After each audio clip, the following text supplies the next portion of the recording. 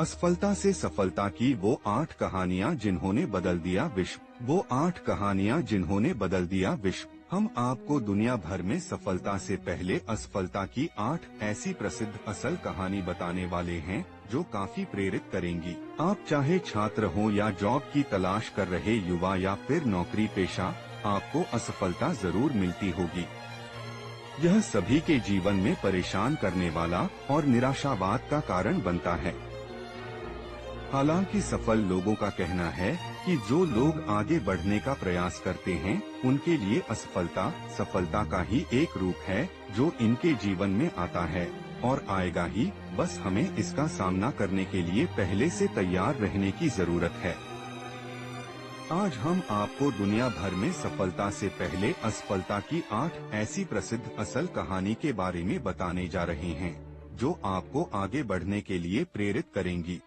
जे के Rowling. J K Rowling. Joanne Rowling उर्फ Joanne Kathleen Rowling Joanne Kathleen Rowling आज के जमाने की सबसे प्रख्यात लेखिकाओं में से एक हैं।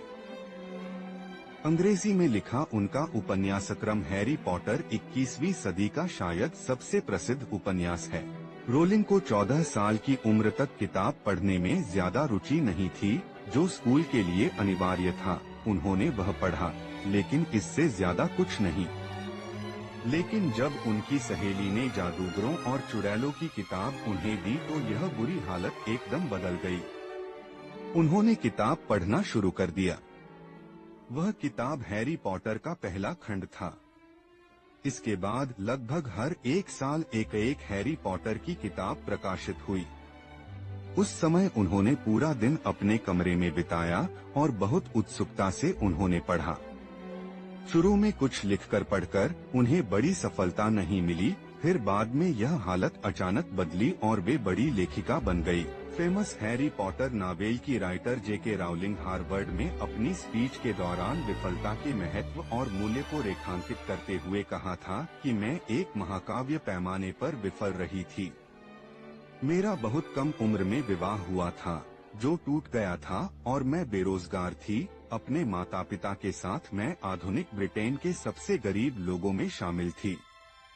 उस समय तक मेरे माता पिता के मन में मेरे लिए जो डर था और जो मैंने किया था, दोनों ही समाप्त हो गए थे। मैं हर उस सामान्य मानक में सबसे बड़ी विफलता थी जिसे मैं जानती थी।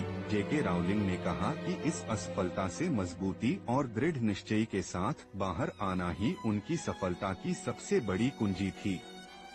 इन परिस्थितियों में भी जेके राउलिंग ने हार नहीं मानी और पूरे विश्व में अपनी सफलता की इबारत लिखी। 2. Steve jobs. Steven Paul Steve jobs, अंग्रेजी स्टीवन पॉल स्टीव जॉब्स, जन्म 24 फरवरी 1955, 5 अक्टूबर 2011, एक अमेरिकी बिजनेस टाइकून और आविष्कारक थे। वे एप्पल इंक के सहसंस्थापक और मुख्य कार्यकारी अधिकारी थे। अगस्त 2011 में उन्होंने इस पद से त्यागपत्र दे दिया। जॉब्स पिक्सर एनिमेशन स्टूडियोज के मुख्य कार्यकारी अधिकारी भी रहे।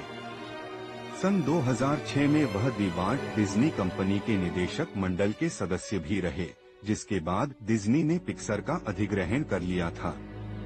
1995 में आई फिल्म टॉय स्टोरी के वह कार्यकारी निर्माता थे। आज पूरे विश्व में स्टीव जॉब्स को कौन नहीं जानता। टेक्नोलॉजी के क्षेत्र में पूरे विश्व के अंदर क्रांति लाने वाले एप्पल की शुरुआत एक गैरेज में 2 आदमियों ने किया था। आज हम इसे $2 बिलियन से अधिक संपत्ति वाली कंपनी के रूप में जानते हैं, जिसमें करीब 5000 से अधिक कर्मचारी काम करते हैं। लेकिन क्या आप जानते हैं कि इस कंपनी को शुरू करने वाले स्टीव जॉब्स को उनकी ही कंपनी से निकाल दिया गया था। इस दौरान समय ने उन्हें एहसास दिलाया कि अपने काम के लिए उनका जुनून असफलता की निराशा से अधिक है। नेक्स्ट और पिक्सर जैसे आगे के उपक्रमों ने अंततः जॉब्स को एप्पल में फिर से सीईओ की स्थिति में वापस ला दिया। वर्ष 2005 में जॉब्स ने अपने एक स्पीच में कहा था कि मैंने तब इसे नहीं देखा था, लेकिन यह मुझे मालूम है कि एप्पल से निकाल दिया जाना मेरे लिए सबसे अच्छी बात रही जो कि मेरे साथ कभी भी हो सकती थी।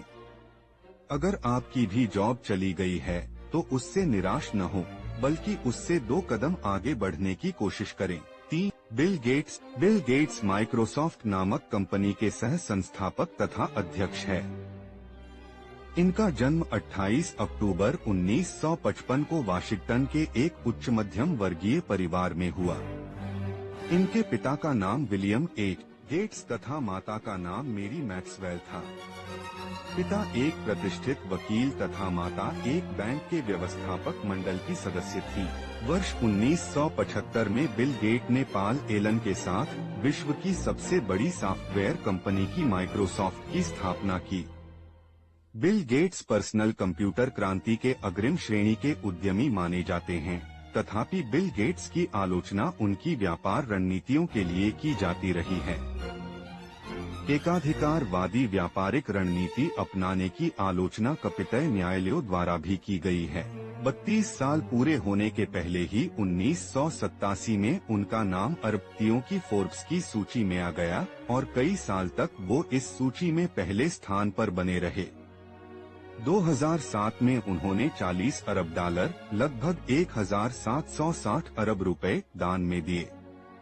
बिल गेट्स माइक्रोसॉफ्ट के चेयरमैन हैं, जिसका साल 2010 में कारोबार $63 बिलियन और मुनाफा करीब $19 अरब का रहा। कुछ वर्ष पहले तक वर्ल्ड के सबसे रिच इंसान बिल गेट्स को सभी जानते हैं। ये हार्वर्ड ड्रॉप आउट थे। उन्होंने अपने करियर की शुरुआत में ट्रैफोडेटा नामक एक बिजनेस का को-ओनरशिप किया, जो पूरी तरह विफल रही थी। हालांकि कंप्यूटर प्रोग्रामिंग में इनके स्किल और जुनून ने इस विफलता को प्रसिद्ध सॉफ्टवेयर कंपनी माइक्रोसॉफ्ट में बदल दिया। बिल गेट्स उस समय के 31 वर्ष के थे और दुनिया के सबसे कम उम्र के अरबपति बने।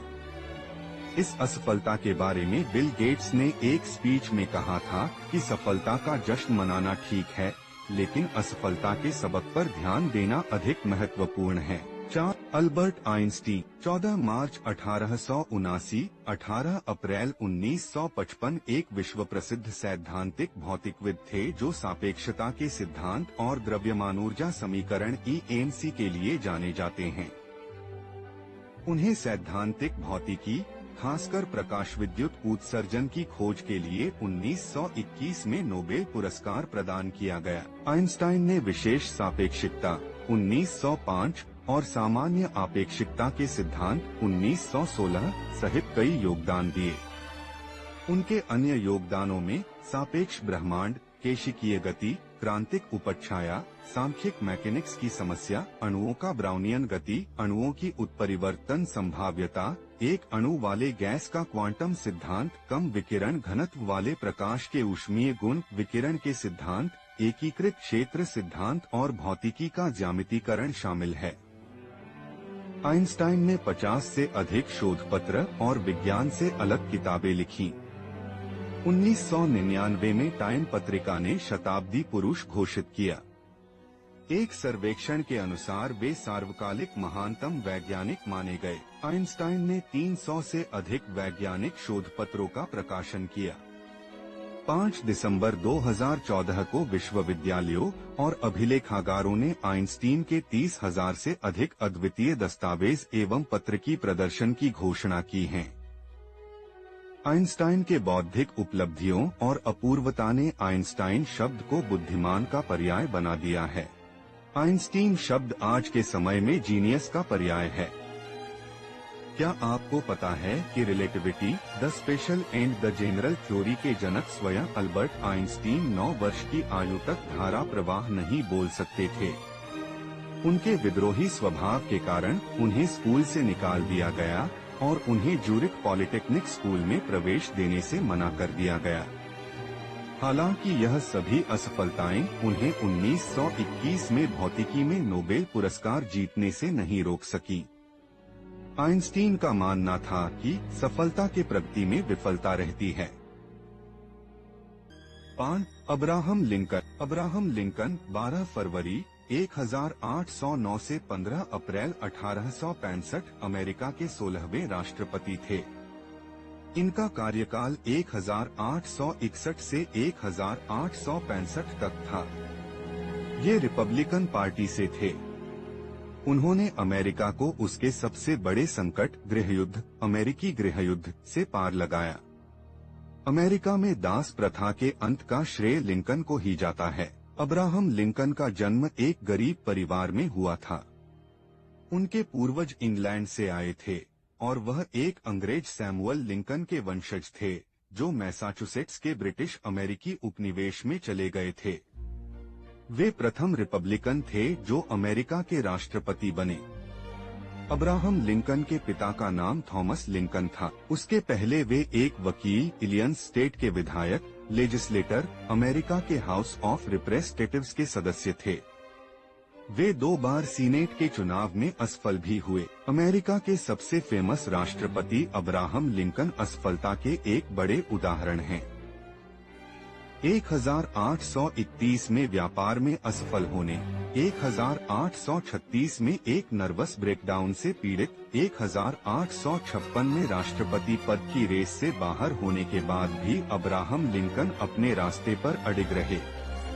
लिंकन ने कहा था कि मेरी बड़ी चिंता यह नहीं है कि आप असफल हुए हैं या नहीं, बल्कि यह है कि क्या आप अपनी असफलता से संतुष्ट हैं।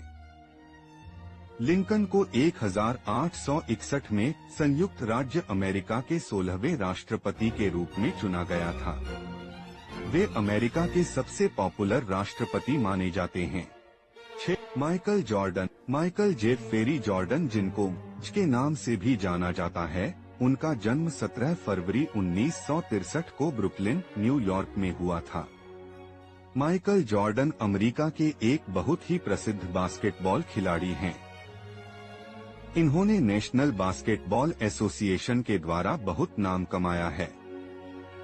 ये एक उद्यमी हैं और बहुमत रूप से चार्लोटे बोबकट्स के मालिक भी हैं। इनकी जीवनी जो नेशनल बास्केटबॉल एसोसिएशन पर है, उसमें कहा गया है कि माइकल जॉर्डन इस खेल के सबसे बड़े और मशहूर खिलाड़ी हैं। जॉर्डन अपने पीढ़ी के सबसे बड़े और प्रभावित खिलाड़ी थे और 1990 के दशक में दुनिया भर में NBA को लोकप्रिय बनाने में इनकी भूमिका बहुत ही महत्वपूर्ण रही है। के चैपल हिल में ये 3 सीजन व्यवसायी के हैसियत से एक सदस्य थे और उसके बाद सन 1984 में वे NBA के शिकागो बुल्स से जुड़ गए।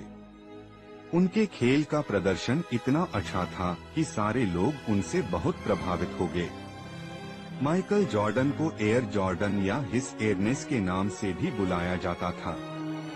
सन 1991 में इन्होंने अपनी पहली NBA चैंपियनशिप जीता और उसके बाद लगातार 2 साल तक इस जीत को बनाए रखा। एक वक्त ऐसा भी था जब जॉर्डन बास्केटबॉल से निवृत्त होकर बेसबॉल में दिलचस्पी दिखाई, लेकिन फिर उन्होंने अपना व्यवसाय बास्केटबॉल में ही बनाने का निर्णय लिया।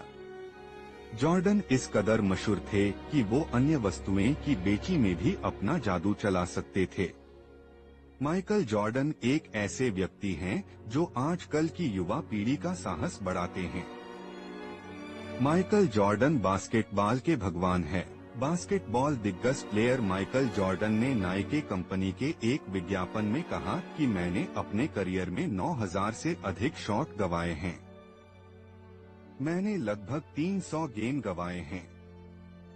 26 बार मुझ पर गेम जीतने वाले शॉट लेने के लिए भरोसा किया गया और मैं चूक गया। मैं अपने जीवन में बार बार असफल हुआ हूँ, हालांकि इससे आगे बढ़ा और इसलिए मैं सफल हुआ। सभी को यही लगता है कि जॉर्डन का बास्केटबॉल स्किल नेचुरल टैलेंट था, लेकिन क्या आपको पता है कि अपने शुरुआती वर्षों में जॉर्डन के बास्केटबॉल कोचों को इस बात की सबसे ज्यादा परेशानी थी कि जॉर्डन अपनी न्यूनतम ऊंचाई तक भी नहीं पहुंच पा रहे। हालांकि वर्षों के प्रयास, अभ्यास और असफलता ने ही इस सितारे को जन्म दिया। 7. Steven Spielberg. Steven Allan Spielberg, जन्म 18 दिसंबर 1946, एक अमेरिकी फिल्म निर्माता, निर्देशक और पटकथा लेखक हैं। फोर्ब्स पत्रिका के अनुसार स्पीलबर्ग की कुल कमाई $3.1 बिलियन है। वर्ष 2006 में प्रीमियर पत्रिका ने उन्हें फिल्म जगत का सबसे प्रभावशाली व्यक्ति निरूपित किया था। टाइम पत्रिका ने उन्हें शताब्दी के 100 प्रभावशाली लोगों में शामिल किया है। 20वीं शताब्दी के अंत में लाइफ ने उन्हें उनकी पीढ़ी का सबसे प्रभावशाली व्यक्ति करार दिया था। 4 दशकों के क्रियाशील जीवन में स्पिलबर्ग की फिल्मों ने अलग अलग विचारधारा वाली अलग अलग पीढ़ियों को अलग तरह से छुआ है। स्पिलबर्ग को 1993 में फिल्म सिंडलर्स लिस्ट के लिए और 1998 में सेविंग प्राइवेट रायन के लिए बेस्ट डायरेक्टर के एकेडमी अवार्ड से सम्मानित किया गया। स्पिलबर्ग की 3 फिल्मों जास 1975, द एक्स्ट्रा टेरेस्ट्रियल 1982 और जुरासिक पार्क 1993 ने अपने अपने समय के हिसाब से बॉक्स ऑफिस पर आमदनी का एक नया कीर्तिमान स्थापित किया। उन्हें 8 अक्टूबर 2009 को उनकी फिल्मों में मानव प्रयासों के कारण लिबर्टी मेडल पुरस्कार प्रदान किया गया। स्टीवन स्पीलबर्ग को अब तक के सबसे प्रभावशाली फिल्म निर्माताओं में से एक माना जाता है। इन्होंने कई वर्ल्ड फेमस मूवी दी, लेकिन क्या आपको पता है कि स्टीवन स्पीलबर्ग के हाई स्कूल में बहुत खराब ग्रेड थे, जिससे उन्हें दक्षिणी कैलिफोर्निया विश्वविद्यालय से 3 बार खारिज कर दिया गया। जब वे कॉलेज में थे, तब उनकी नजर यूनिवर्सल के अधिकारियों पर पड़ी, जिन्होंने 1969 में उन्हें एक टेलीविजन निर्देशक के रूप में साइन किया था। स्टीवन स्पीलबर्ग ने अपने एक स्पीच में कहा था कि भले ही मैं बूढ़ा हो जाऊं, जो मैं करता हूं वह कभी बूढ़ा नहीं होता। यह मुझे अपने जुनून के लिए भूखा रखता है। आज तक स्पीलबर्ग ने 51 फिल्मों का निर्देशन किया है और उन्हें 3 ऑस्कर से सम्मानित किया जा चुका है।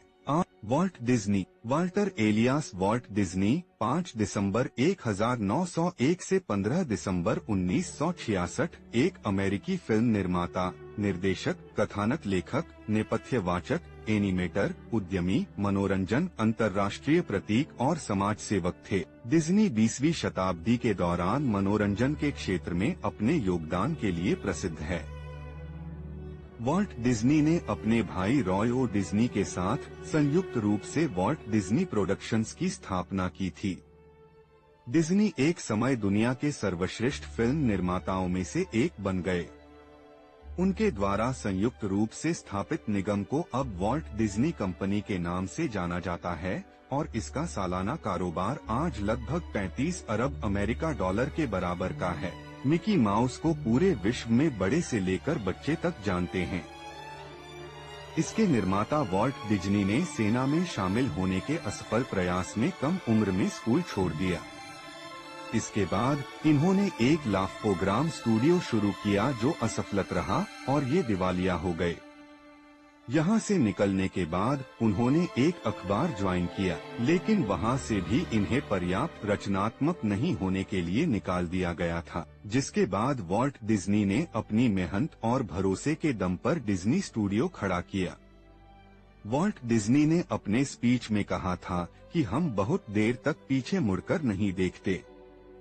हम आगे बढ़ते रहते हैं, नए दरवाजे खोलते हैं और नई चीजें करते हैं, क्योंकि हम जिज्ञासु होते हैं और जिज्ञासा हमें नए रास्तों पर ले जाती है। ये वीडियो को लाइक करे, कमेंट करे और सब्सक्राइब करे। Thank you.